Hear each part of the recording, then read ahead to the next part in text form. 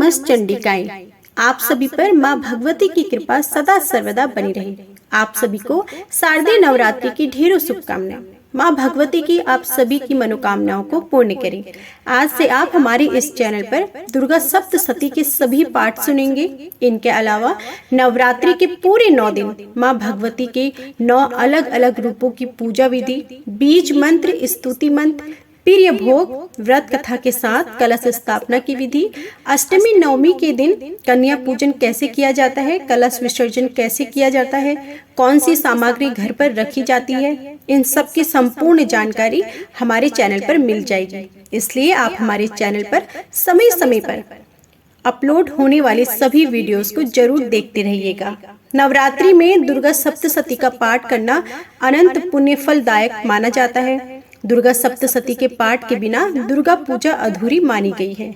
लेकिन दुर्गा सप्तशती के पाठ को लेकर श्रद्धालुओं में बहुत संशय रहता है। दुर्गा सप्तशती में 13 अध्याय हैं। इन 13 अध्याय को नवरात्रि में नियम के साथ पढ़ते हैं तो आपके जीवन में जितनी भी परेशानियां आ रही है, दुर्गा माँ आपके हर कष्ट को दूर कर देती हैं।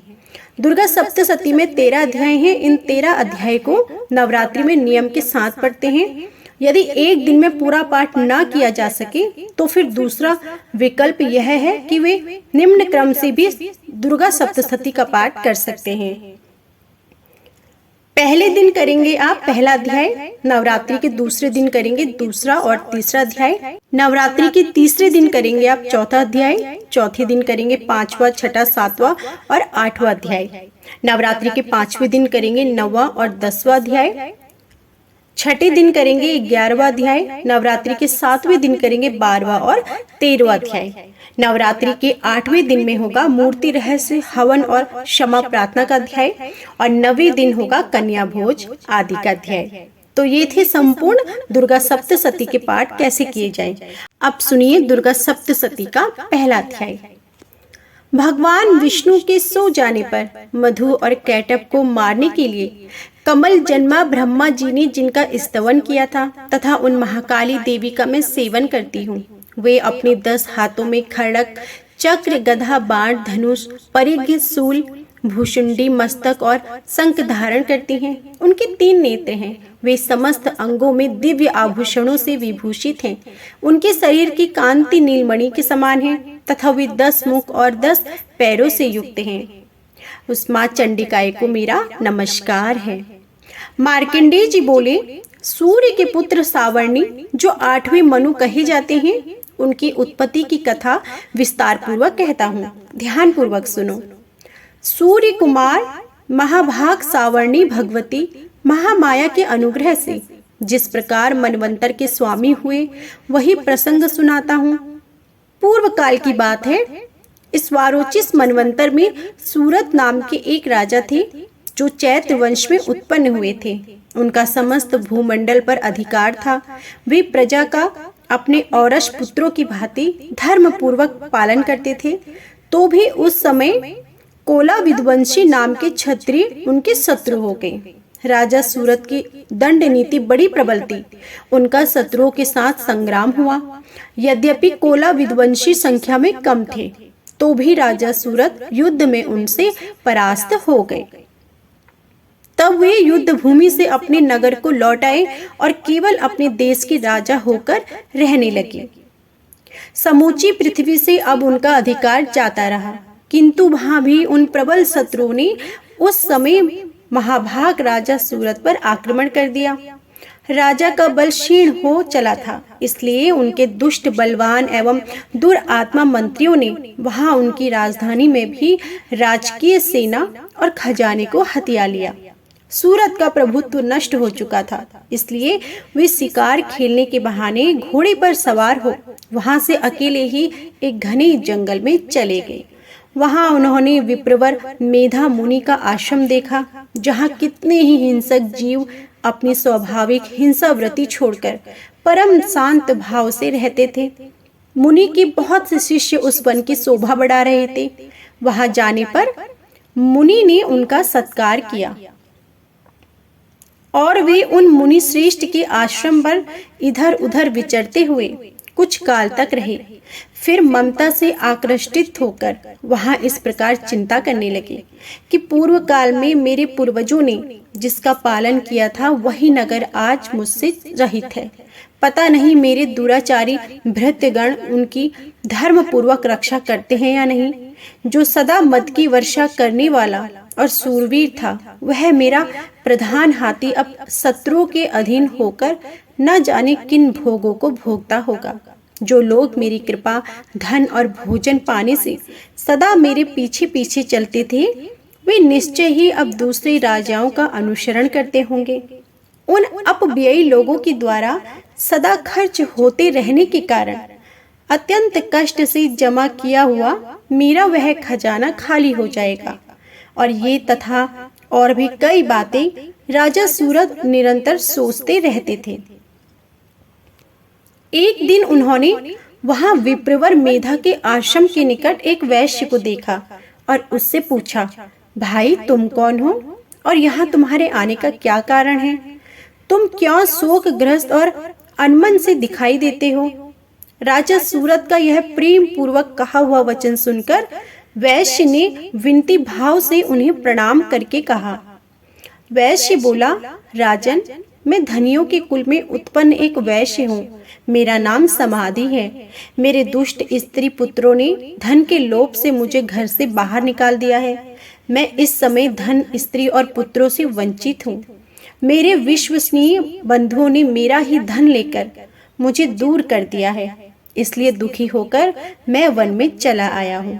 यहाँ रहकर मैं इस बात को नहीं जानता कि मेरे पुत्रों की, स्त्री की और स्वजनों की कुशल है या नहीं। इस समय घर में वे कुशल से रहते हैं अथवा उन्हें कोई कष्ट है। वे मेरे पुत्र कैसे हैं? क्या वे सदाचारी हैं अथवा दुराचारी हो गए हैं? राजा ने पूछा, जिन लोभी स्त्री पुरुष आदि ने धन के कारण तुम्हें घर से निकाल दिया, उनके प्रति तुम्हारे चित्त में इतना स्नेह का बंधन क्यों है? वैश्य बोला, आप मेरे विषय में जैसी बात कहते हैं वह सब तो ठीक है, किंतु क्या करूं, मेरा मन निष्ठुरता नहीं धारण करता। जिन्होंने धन के लोभ में पड़कर पिता के प्रति स्नेह, पति के प्रति प्रेम तथा आत्मजन के प्रति अनुराग को त्याग दिया और मुझे घर से निकाल दिया है, उन्हीं के प्रति मेरे हृदय में इतना स्नेह है। हे महामते, गुणहीन बंधुओं के प्रति भी जो मेरा चित्त इस प्रकार प्रेम मग्न हो रहा है, यह क्या है? इस बात को मैं जानकर भी नहीं जान पाता। उनके लिए मैं लंबी सांसें ले रहा हूँ और मेरा हृदय अत्यंत दुखित हो रहा है। उन लोगों में प्रेम का सर्वथा अभाव है, तो भी उनके प्रति जो मेरा मन निष्ठुर नहीं हो पाता, इसके लिए मैं क्या करूं? मार्कंडेय जी बोले, हे ब्राह्मण, तदंतर राजाओं में श्रेष्ठ सूरत और वह समाधि नामक वैश्य दोनों साथ साथ मेधा मुनि की सेवा में उपस्थित और उनके साथ यथा योग्य न्याय अनुकूल विनय पूर्ण वर्ताव करके बैठे। तत्पश्चात वैश्य और राजा ने कुछ वार्तालाप आरंभ किया। राजा ने कहा, भगवान, मैं आपसे एक बात पूछना चाहता हूँ, उसे बताइए। मेरा चित्त अपने अधीन ना होने के कारण वह बात मेरे मन को बहुत दुख देती है। जो राज्य में मेरे हाथ से चला गया है, उसमें और उसके संपूर्ण अंगों में मेरी ममता बनी हुई है। हे मुनि श्रेष्ठ, यह जानते हुए भी कि वह अब मेरा नहीं है, अज्ञान की भांति मुझे उसके लिए दुख होता है। यह क्या है? इधर यह वैश्य भी घर से अपमानित होकर आया है। इसके पुत्र, स्त्री और भ्राता ने इसे छोड़ दिया है। स्वजनों ने भी इसका परित्याग कर दिया है, तो भी यह उनके प्रति अत्यंत हार्दिक स्नेह रखता है।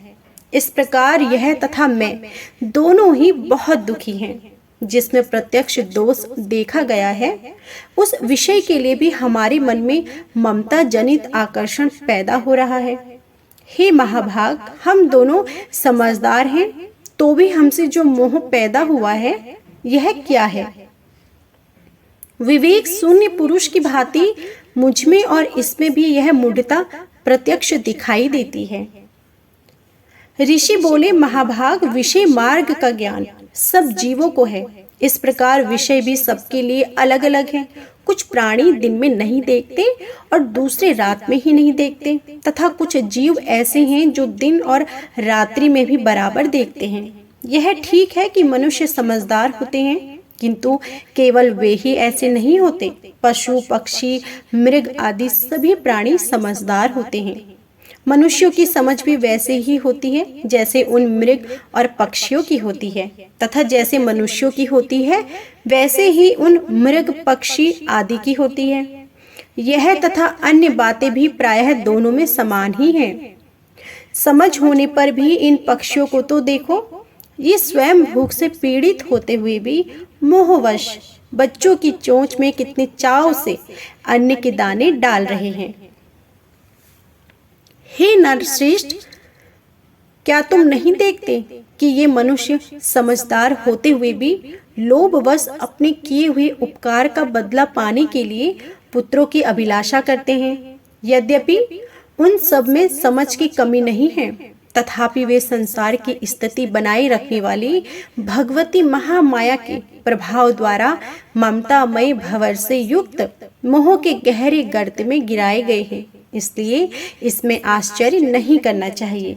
हे जगदीश्वर भगवान विष्णु की योग निद्रा रूप जो भगवती माया है, उन्हीं से यह जगत मोहित हो रहा है। वे भगवती महामाया देवी ज्ञानियों के चित्त को बलपूर्वक खींचकर मोह में डाल देती है। वे ही इस संपूर्ण चराचर जगत की सृष्टि करती हैं, तथा वे ही प्रसन्न होने पर मनुष्यों को मुक्ति के लिए वरदान देती हैं। वे ही पराविद्या, संसार बंधन और मोक्ष की हेतुभूता सनातनी देवी तथा संपूर्ण ईश्वरों की भी अधीश्वरी हैं। राजा ने पूछा, भगवान जिन्हें आप महामाया कहते हैं वे देवी कौन हैं? ब्राह्मण, उनका आविर्भाव कैसे हुआ तथा उनके चरित्र कौन कौन हैं? ब्रह्म वेदताओं में श्रेष्ठ महर्षि उन देवी का जैसा प्रभाव हो, जैसा स्वरूप हो और जिस प्रकार प्रादुर्भाव हुआ, वह सब मैं आपको मुख से सुनाता हूँ। ऋषि बोले, राजन, वास्तव में तो देवी नित्य स्वरूपा ही हैं। संपूर्ण जगत उन्हीं का रूप है तथा उन्होंने समस्त विश्व को व्याप्त कर रखा है, तथा भी उनका प्राकट्य अनेकों प्रकार से होता है। वह मुझसे सुनो। यद्यपि वे नित्य और अजन्मा हैं, तथापि जब देवताओं का कार्य सिद्ध करने के लिए प्रकट होती हैं, उस समय लोक में उत्पन्न हुई कहलाती हैं। कल्प के अंत में जब संपूर्ण जगत एकाग्र वर्ण में निग्रम हो जाता है और सबके प्रभु भगवान विष्णु शीश नाग की शया बिछाकर योग निद्रा का आश्रय ले सो रहे थे, उस समय उनके कानों के मैल से दो भयंकर असुर उत्पन्न हुए, जो मधु और कैटप के नाम से विख्यात थे। वे दोनों ब्रह्मा जी का वध करने को तैयार हो गए। भगवान विष्णु के नाभि कमल में विराजमान प्रजापति ब्रह्मा जी ने जब उन दोनों भयानक असुरों को अपने पास आया और भगवान को सोया हुआ देखा, तब एकाग्रचित होकर उन्होंने भगवान विष्णु को जगाने के लिए उनके नेत्रों में निवास करने वाली योग निद्रा का स्तवन आरंभ किया, जो इस विश्व की अधीश्वरी, जगत को धारण करने वाली, संसार का पालन और संहार करने वाली तथा तेज स्वरूप भगवान विष्णु जी की अनुपम शक्ति है। उन्हीं भगवती निद्रा देवी की भगवान ब्रह्मा स्तुति करने लगे। ब्रह्मा जी ने कहा, देवी तुम ही स्वाहा, तुम ही स्वधा और तुम ही वष्टकार हो। स्वर भी तुम्हारे ही स्वरूप हैं। तुम ही जीवन दायिनी सुधा हो। नित्य अक्षर प्रणव में आकार, उकार और मकार, इन तीन मात्राओं के रूप में तुम ही स्थित हो, तथा इन तीन मात्राओं के अतिरिक्त जो बिंदु रूपा नित्य अर्ध मात्रा है, जिसका विशेष रूप से उच्चारण नहीं किया जा सकता, वह भी तुम ही हो। तुम ही संध्या, सावित्री तथा परम जननी हो। तुम ही इस विश्व ब्रह्मांड को धारण करती हो। तुमसे ही इस जगत की सृष्टि होती है और तुम ही से इसका पालन होता है, और सदा तुम ही कल्प के अंत में सबको अपना ग्रास बना लेती हो। हे देवी, इस जगत की उत्पत्ति के समय तुम सृष्टि रूपा हो, पालन काल में स्थित रूपा हो तथा समय संहार रूप धारण करने वाली हो। तुम ही महाविद्या, महामाया, महामेधा, महास्मृति, महादेवी और महासुरी हो। तुम ही तीनों गुणों को उत्पन्न करने वाली सबकी प्रकृति हो। भयंकर काल रात्रि, महारात्रि और मोहरात्रि भी तुम ही हो। तुम ही श्री, तुम ही ईश्वरी, तुम ही बोध रूपा बुद्धि हो। बाण, भूषंडी और परिमेघ्य ये तुम्हारे अस्त्र हैं। तुम सौम्य और सौम्यतर हो। इतना ही नहीं, जितने भी सौम्य एवं सुंदर पदार्थ हैं उन सब की अपेक्षा तुम अत्यंत सुंदरी हो। पर और अपर सबसे परे रहने वाली परमेश्वरी तुम ही हो, जो इस जगत की सृष्टि, पालन और संहार करते हैं। उन भगवान की भी जब तुमने निद्रा के अधीन कर दिया है, तब तुम्हारी स्तुति करने में यहाँ कौन समर्थ होगा। मुझको, भगवान शंकर को तथा भगवान विष्णु को भी तुमने ही शरीर धारण कराया है, अतः तुम्हारी स्तुति करने की शक्ति किसमें है। हे देवी, तुम तो अपने इस उदार प्रभाव से प्रशंसित हो। इनके साथ ही इनके भीतर इन दोनों महान असुरों को मार डालने की बुद्धि उत्पन्न कर दो। तुम तो अपने इन उदार प्रभाव से ही प्रशंसित रहती हो। ये जो दोनों असुर मधु और कैटभ हैं, इन दोनों को मोह में डाल दो और जगदीश्वर भगवान विष्णु को शीघ्र ही जगा दो। ऋषि कहते हैं, राजन, जब ब्रह्मा जी वहां मधु और कैटभ को मारने के उद्देश्य से भगवान विष्णु को जगाने के लिए तमोगुण की अधिष्ठात्री देवी योग निद्रा की इस प्रकार स्तुति करने लगी, तब वे भगवान के नेत्र, मुख, नासिका, बाहु, हृदय और वक्ष स्थल से निकलकर ब्रह्मा जी की दृष्टि के समक्ष खड़ी हो गई। योग निद्रा से मुक्त होने पर जगत के स्वामी भगवान जनार्दन उस एकाग्र जल में शीश नाग की सया से जाग उठे। फिर उन्होंने दोनों असुरों को देखा। वे दुरात्मा मधु और कैटभ अत्यंत बलवान तथा पराक्रमी थे। क्रोध से लाल आंखें ब्रह्मा जी को खा जाने के उद्योग कर रहे थे। तब भगवान श्री हरि ने उठकर उन दोनों के साथ 5000 वर्षों तक केवल बाहु युद्ध किया। वे दोनों भी अत्यंत बल के कारण उन्मत्त हो रहे थे। इधर महामाया ने भी उन्हें मोह में डाल रखा था, इसलिए वे भगवान विष्णु से कहने लगे, हम तुम्हारी वीरता से प्रसन्न हुए। इस महामाया ने भी तुम्हें मोह में डाल रखा था, इसलिए वे भगवान विष्णु से कहे कि तुम हम लोगों से कोई वर मांगो। श्री भगवान बोले, यदि तुम दोनों मुझ पर प्रसन्न हो तो अब मेरे हाथ से मारे जाओ। बस इतना सा ही मैंने वर मांगा है, यहाँ दूसरे किसी वर से क्या लेना है। ऋषि कहते हैं, इस प्रकार धोखे में आ जाने पर जब उन्होंने संपूर्ण जगत में जल ही जल देखा, तब कमल नयन भगवान से कहा, जहाँ पृथ्वी जल में डूबी ना हो, जहाँ सूखा स्थान हो, वहीं हमारा वध करो। ऋषि कहते हैं, तब तथास्तु कहकर शंख, चक्र और गदा धारण करने वाले भगवान ने उन दोनों के मस्तक अपनी जांघ पर रखकर चक्र से उनके सिर काट डाले और इस प्रकार ये देवी महामाया ब्रह्मा जी की स्तुति करने पर स्वयं प्रकट हुई थी। अब पुनः तुमसे उनके प्रभाव का वर्णन करता हूँ, ध्यान पूर्वक होकर सुनो।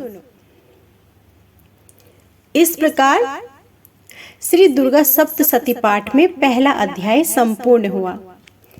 इससे आगे के अध्याय आप हमारी अगली वीडियो में जरूर सुनिएगा। वीडियो पसंद आई हो तो प्लीज वीडियो को लाइक जरूर कीजिएगा। कमेंट बॉक्स में जय भगवती माँ जरूर लिखिएगा। जय भगवती माँ।